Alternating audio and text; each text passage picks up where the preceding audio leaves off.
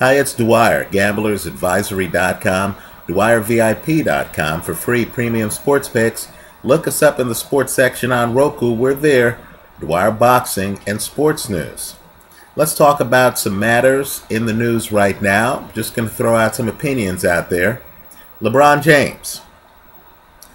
Seems like the world has stopped.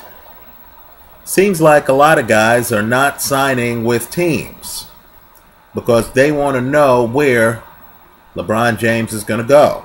Seems like a lot of teams are not signing players because the teams want to know where LeBron James is going to go. Let me just point out that, in my opinion, one of the biggest problems in pro sports, at least in pro basketball, is the fact that the union has failed players like LeBron James. LeBron James is necessarily going to have to accept less than his market value. He's basically making a donation to the team he goes to. He's going to bring in much more revenue than the $20 million or so that he gets paid. Understand, the money LeBron is about to make annually from his team, right? From his employer, not off the court, but on the court. It's going to be less money than Michael Jordan made in some years in the 1990s, more than 10 years ago, right? And so really, the world is standing still because it's not costing any of these teams any money to sign LeBron James. If he were to sign with the Knicks, the value of the franchise, the team value, the appreciation on that, as well as the revenue they bring in, right, the amount they'd be able to get from TV revenue would increase more than by whatever they're paying LeBron James. So to me, this salary cap for superstars is a disgrace, right? Just imagine in your profession if you couldn't get paid fair market value. I thought this was America, right? So what you have here is a free-for-all. Everyone wants LeBron James, even teams that don't have max salary space. They want LeBron James, right? Understand. And I know people are going to say, well, you can't pay LeBron his fair market value. You don't have that mindset in Hollywood. Understand, too, that the way things are set up, the players can't even share in the appreciation of the team's market cap, its value, right? The Milwaukee Bucks recently went for less than $600 million. The Clippers recently sold for $2 billion. Guess what, folks? It's the same salary cap. The players can't turn around and say, hey, you know what? The value of your franchises, and let's not fool ourselves. When the Clippers go for $2 billion, that means the value of the Chicago Bulls is increased. That means the value of the other team in LA, the Lakers, is increased. That means the value of the Knicks and the Celtics have increased. If you want to hear laughter, just imagine how loud and how hard the owners would laugh if the players on those teams now said, hey, you've just made hundreds of millions of dollars, right? We're the hired help here. Right? We're the people the fans are actually paying to see. Why don't you share some of that money with us? No doubt the owners would laugh their heads off because they already have a coup, right? They've negotiated with a very foolish players union a salary cap that doesn't factor in the value of the teams. So LeBron James, at $20-odd million a year, is being scammed. He's the best player in the game, and he can't even get what he's worth. It's absurd. Right? He shouldn't be in a position where he says, hey, I want to get the max. And keep in mind, the max is less than what he's worth. And fans then are saying, hey, LeBron, you do that, you're going to break up the Miami Heat. What's Dwayne Wade going to do? What's Chris Bosh going to do? Well, if you're a superstar employee and you say, hey, I just want my fair market value, isn't paying the other guys up to the owner? Isn't it absurd that Mickey Aronson gets to keep all the appreciation on the value of the franchise, but yet the way the whole thing is set up, the public blames the superstar player for wanting an under-market contract? That's where we are in basketball. Fans need to start to look long and hard at the salary cap, because that's what's causing the breakup of teams. Not greedy players, but an artificially low salary cap that forces players to then decide, okay, well, how can I make the most money? Which media markets will allow me to generate the most money off the court? Right? A player can't say, hey, I'm just going to roll with Portland or Milwaukee. Right? Cities that aren't as big as LA and Chicago and Houston and New York. And they're going to pay me my fair market value. Right? Player can't do that anymore. The superstar players have to literally figure out how they're going to make money off the court. So that leads to uncompetitiveness in the sport. Right? Because players now, since they're donating money to the league, right? Since Carmelo Anthony's not going to get what he's worth from his team, players now are figuring out, hey, I need a title to get that endorsement deal selling hamburgers and sneakers. Let's shift gears. Let's talk about the NFL for a second. Let's talk about Johnny Manziel. He's in the news. Some people I respect deeply, Colin Cowherd, Thundering Herd, have been ripping Manziel because, God forbid, Manziel is out on his free time, right? Not during team practice. Manziel's not saying, hey, I'm leaving team practice early to run the streets. No, on his free time, Johnny Manziel is, dare I say, hanging out with multimillionaires like Floyd Mayweather, like Justin Bieber, like Tyrese. Right? Think about that for a second. In the real world, that would be called networking.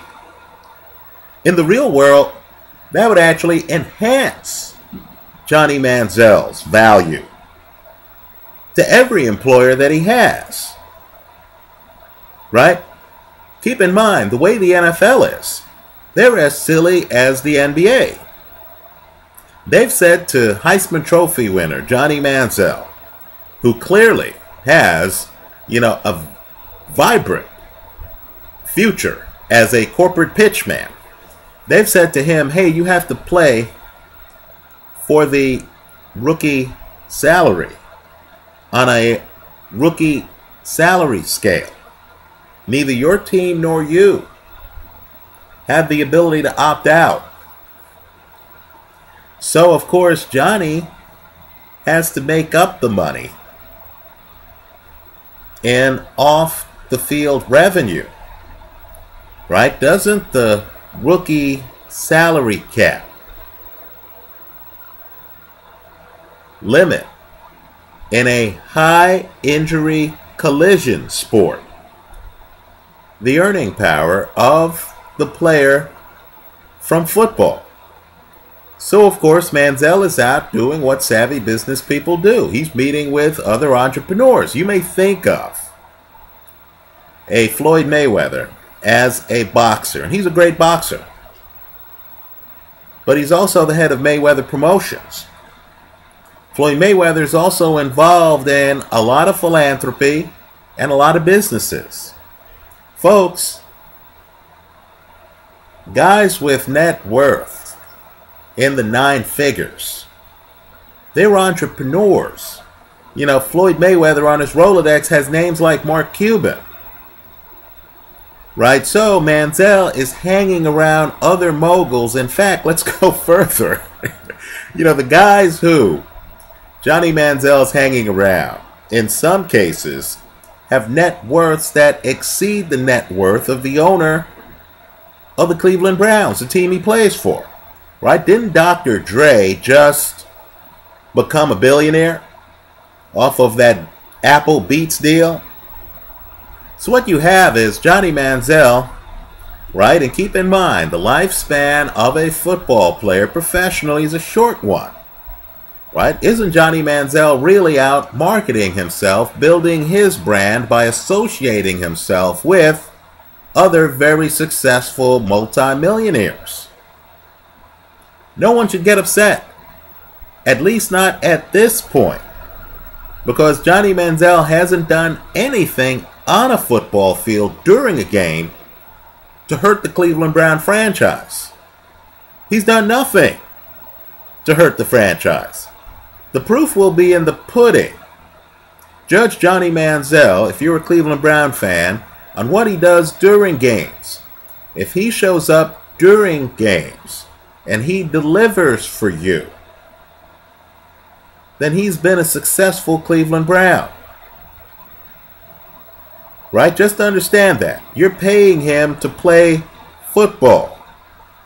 In my opinion, if you're going to have a rookie salary cap, you don't have a right to tell him what he does with his free time because you're paying him below market. If you don't believe me, just look at jersey sales for Manziel jerseys. If you're going to set up some hokey non-free market system where you're paying guys with higher market values, less than their fair market value, then in my opinion, you don't have the right to then tell the guy, look, you can't expand your brand. You can't spend your free time, which you own by definition. It's your free time. You can't spend that hanging out with multimillionaires extending your brand. Wasn't that Manziel in a McDonald's commercial with LeBron James? What's wrong with Manziel networking with LeBron James and whoever else is in the background for deals like that? What's wrong with that? Especially when the league's not even paying him his fair market value as a football player. The NFL should feel lucky that the NFL Players Association is stupid enough to have agreed to the ridiculous deals that they've agreed with. But please, if you're going to underpay a Russell Wilson, right? Just think about Russell Wilson's salary for a second, right? The guy just won a Super Bowl. In 2 seasons, the guy has never had a quarterback rating of less than 100. And he's getting paid right now, based on this nonsensical salary cap, less than many backups in the league. I'm talking about backup quarterbacks in the league. If you're going to underpay a guy like that in a high injury collision sport, then how can you comment if a Russell Wilson is able, because of his accomplishments in the sport of football, to network with a Floyd Mayweather, a LeBron James, a Tyrese, a Justin Bieber? That's the position Cleveland's in now. I say blame your hokey salary cap situation. Teams, quite frankly, should have the right, in my opinion, to have exceptions. To have exceptions to their salary cap. Right? In basketball, they only give you a low-level exception and a mid-level exception. Shouldn't these teams have a high-level exception where they can get franchise players like Carmelo Anthony and LeBron James and pay them their fair market value Chicago Bull fan, wouldn't you be better off right now if you had an opportunity to say to Carmelo, you know what? We'll pay you your fair market value. Is that un-American? Would that be unfair to your fans?